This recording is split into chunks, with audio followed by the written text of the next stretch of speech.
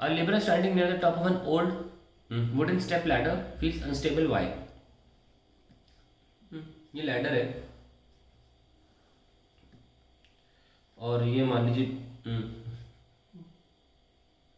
Mid point है ladder का near the top, और यहाँ पे मान लीजिए एक आदमी खड़ा हुआ है, यहाँ पे a person is standing near the top and he feels unstable. Why? Let us see why. देखिए ये लैडर का वेट होगा, वेट ऑफ लैडर, और ये होगा वेट ऑफ मैन. नोटिस करते हैं यहाँ के अबाउट ए और बी और ये सी है, हम जरा टॉर्क लेने की कोशिश करते हैं. ये पॉइंट है हमारा पॉइंट ऑफ रोटेशन, क्योंकि लैडर ऐसे ऐसे उठ सकता है ना, लैडर ऐसे हो सकता है, तो इस पॉइंट के अबाउट नहीं, इस पॉइंट के अबाउट ही रोटेशन पॉसिबल है. लैडर थोड़ी ना ऐसे उठ जाएगा ऊपर, तो इस पॉइंट के अबाउट हम टॉर्क लेने की कोशिश करेंगे. देखना ये पॉइंट के अबाउट टॉर्क क्या होता है, force into distance between the point of rotation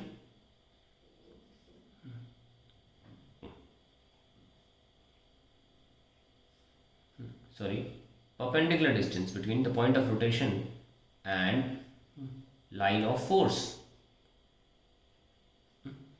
ठीक है ना. और लेना कैसे होता है वेक्टोरियली, r क्रॉस f. लेना ऐसे होता है कि r f में जाता है, टॉर्क वेक्टर में ऐसे होता है. तो अब देखिए नोटिस करते हैं इसको, ये हमारा वेट ऑफ लैडर का लाइन ऑफ एक्शन है,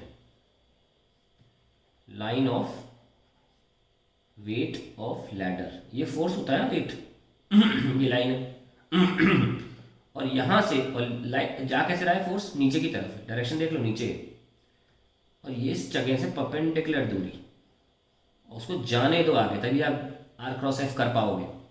यहाँ से कैसे कर पाओगे, हिंज पॉइंट तो यहाँ है, थोड़ा आगे जाने दो, डिस्टेंस तो इतना ही लेंगे, पर रोटेशन जो आर क्रॉस एफ होगा वो कैसे होगा वो देखना है. तो हमने देखा कि ऐसे आर क्रॉस एफ, सिर्फ लैडर की बात करें तो लैडर की वजह से जो टॉर्क मिलेगा, लैडर की वेट की वजह से टॉर्क मिलेगा टॉ एल. लैडर विल बी, आपको इजी कर रहा है तो आई जी के लगा दो, आर की तरह आई कैप में है, क्रॉस विथ फोर्स का नीचे एम जी, या फोर्स लिख रहे हैं तो माइनस का जे. तो क्या आ गया, आर एफ आई क्रॉस जे क्या होता है के, और माइनस लगाया तो माइनस का के, यानी कि क्लॉकवाइज. जब भी हम लिख देते हैं inside the plane of paper, the plane of paper, minus K का मतलब क्या, अंदर ही हुआ ना, प्लेन ऑफ पेपर, यानी कि टॉर्क अंदर की तरफ है. अगर टॉर्क अंदर की तरफ होता है, जैसे आप ढक्कन बंद करते हो ना जब, तो क्लॉकवाइज बंद करते हो जब, तो ढक्कन अंदर जाता है, तो रोटेटिंग इफेक्ट अगर अंदर है तो डायरेक्शन ऑफ क्लोजिंग क्या हुई, क्लॉकवाइज. तो लैडर जो है वो इस तरह मूव करने की कोशिश कर रहा है. जो लैडर का जो वेट है वो टॉर्क को इधर, यानी कि लैडर को फिसलने की तरफ बढ़ रहा है. तो आदमी डरेगा तो है ही, वो अलग बात है, लेकिन आदमी का भी टॉर्क ले लेते हैं, टॉर्क ऑफ मैन.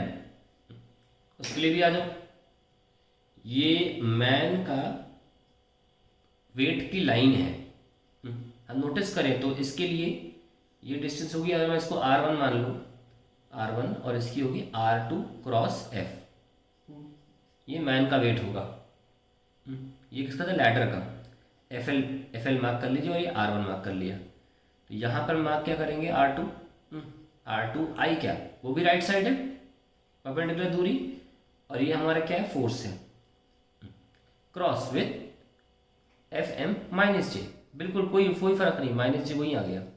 तो क्या आया, r2 F I cross minus J भी आया, माइनस का के. ये भी inside the plane of paper है, यानी कि दोनों का ही टॉर्क जो है वो इधर की तरफ है, यानी कि आदमी के इस पॉइंट के पार होते ही ये लैडर के ही टॉर्क के डायरेक्शन को एड कर रहा है, हेल्प कर रहा है, इंक्रीज कर रहा है inside the POP, plane of paper. यानी कि ये भी जो हमें देगा टॉर्क जो देगा वो क्लॉकवाइज, मतलब रोटेशन जो लैडर का जो टेंडेंसी ऑफ रोटेशन होगा वो क्लॉकवाइज होगा. तो लिख लेते हैं, both the weights increase the tendency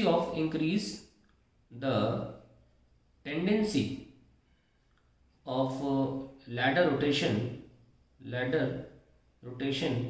about A to be clockwise। तो इससे एक डर बैठ जाएगा कि यार लैडर फिसलने वाला है। ऑन द अदर हैंड, अगर ये आदमी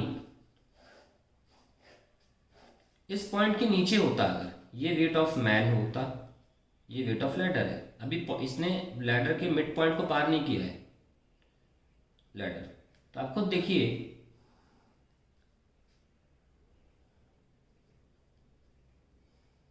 ये इधर है। अब यहां पे हम बात करते हैं, अगर ये ऐसे जा रहा है R cross F, when man is near the bottom, तब टॉर्क क्या होगा? आर, इधर भी आई कैप है, क्रॉस एफ मैन माइनस का जे। अब भी आंसर वही आएगा, लेकिन एक फर्क है। ये R3, मैं इसको R3 मान लेता हूं, ये जो था ये R1 था, और आदमी जब यहां था तो हम बोल सकते हैं कि ये R2 था, हमने R2 लिया था। आप मुझे बताइए, ये टॉर्क ज़्यादा, ये टॉर्क कम है ना? जैसे जैसे बंदा ऊपर जा रहा है वैसे वैसे आर की वैल्यू इंक्रीज हो रही है, वैसे वैसे टॉर्क की टेंडेंसी क्लॉकवाइज रोटेशन करने की लैडर की, यानी कि लैडर को स्लिप कराने की अबाउट इट्स बॉटम बढ़ रही है। तो जैसे जैसे आदमी ऊपर जाता है लैडर की टेंडेंसी टू स्लिप इंक्रीज होती रहती है, क्योंकि ये आर बढ़ रहा है और ये टॉर्क जो है ये वेट ऑफ लैडर के ही रोटेशन के इजाफे में है। भाई ये तो तुम हटा नहीं सकते, लैडर का जो अपना टॉर्क है, लैडर फिसलने के लिए जो दे रहा है चांस, टेंडेंसी दे रहा है, उसको तुम रिमूव नहीं कर सकते। वो तो लैडर के वेट के बाद ही हटाओगे तभी रिमूव होगी, तो उसके लिए लैडर ही हटाना पड़ जाएगा, वो तो पॉसिबल नहीं है। तुम्हारे चढ़ने से क्या हो रहा है, जैसे जैसे तुम चढ़ते हो तुम ये tendency of rotation of ladder about this point बढ़ाते रहते हो। That is what a person as he moves above he feels uncomfortable या अनस्टेबल, एंड ऑब्वियसली जब इस पॉइंट को वो इस पॉइंट से पार हो जाता है तो लैडर की भी टॉर्क से ज़्यादा टेंडेंसी होती है उसके टॉर्क के रोटेशन में। So that is the reason why this person feels unstable when he is at the top, because at near the top the tendency is higher than when he was near the bottom। तो ये reason है इसके पीछे। Ladder के questions मैंने लेने हैं, ladder को मैंने अलग से नहीं बताया था क्योंकि मुझे पता है तो टॉप तो पता ही है, तो लैडर को हम क्वेश्चंस में डील कर लेंगे। लैडर क्वेश्चंस बहुत इंपॉर्टेंट होते हैं। सो that is the analysis of this question. तो a laborer standing near the top of old wooden step ladder feels unstable by as his own torque